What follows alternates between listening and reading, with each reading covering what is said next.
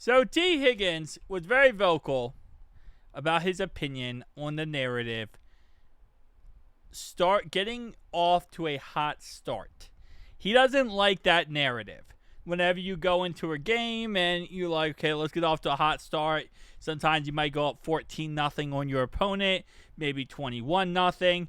He doesn't like that concept / idea that we need to go into a game and always have this opinion. We need to get up 14-0. We need to get up 21-0. We need to get a hot start in this game, right? He said he believes the path back to the playoffs will come down to executing in all three phases, obviously that being offense, defense, and special teams.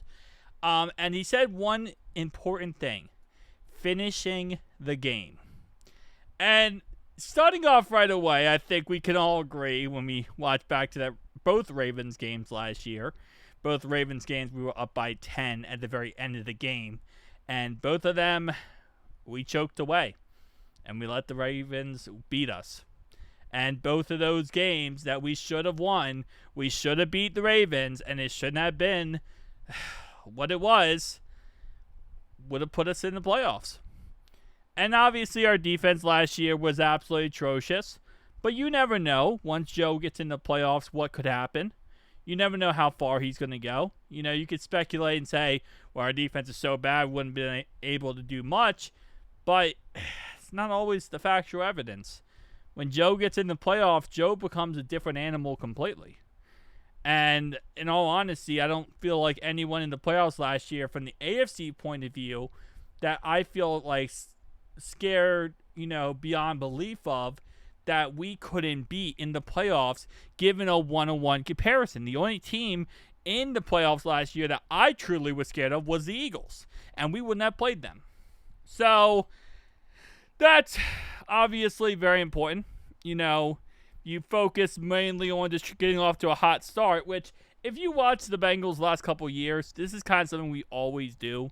We get off to these kind of hot starts, and then we don't score points again for the rest of the game.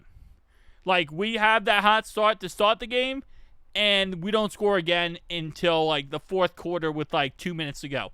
I don't know why that's the case, but it always happens. It starts off we'll go to halftime 14-7. We're up in the game. We're excited. We don't score in the third quarter. We don't score again until midway in the fourth quarter.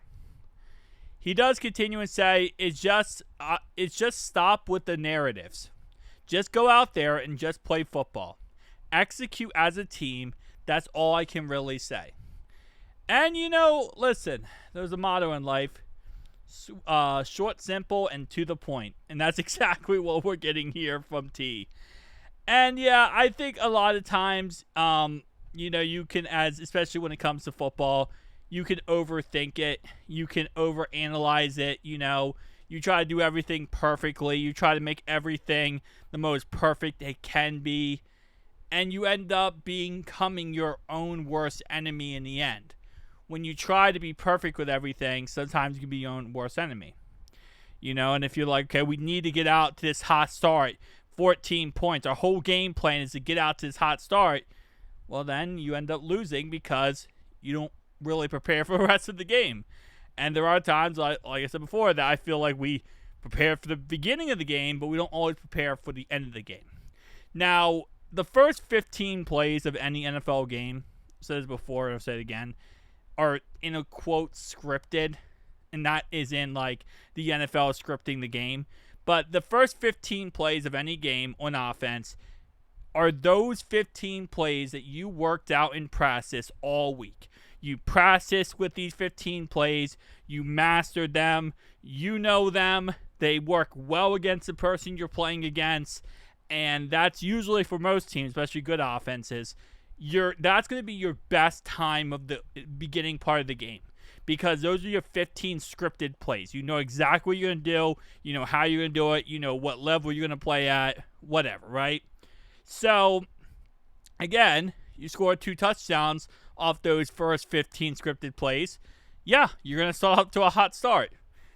But then you also have to game plan the rest of the game on what you're going to do next. How are you going to adapt? how are you going to make adjustments? And I think that's another thing, as fans, we have complained about a lot is we don't feel like sometimes that we're seeing adjustments being made, right? We kind of start off to that hot start. We start off to that 15 scripted plays. But then after that, it's like, okay, so what adjustments are we making at halftime? What adjustments are we making here? What are we doing here to now fix what, is happening during the game? And it feels like we're kind of coasting by. So I see where T's coming from. I do agree with T. At the end of the day, we just got to just get back to work and focus on the game, man. Focus on the game as much as possible and no narratives. No narratives, no hoopla. Let our play on the field, do the talking, and we'll be absolutely fine. It's going to be a great season, boys. They're not ready for us, and I think that's the most beautiful thing. I've seen so many news stations, so many media stations talking crap about us, putting us down, saying we suck, saying the Bengals are not going to be good this year, saying Al Golden's not going to be the answer. And I love it. I absolutely love it. Let them talk their talk, and we're just going to be quiet. We're going to be quiet. We're going to sit back, get back to work, and get this crap done with. Now, again, part of that is also, let's be smart here. And also, you know what I'm saying, guys. Let's pay Trey Hendrickson. That's what I'm trying to say. Pay Trey.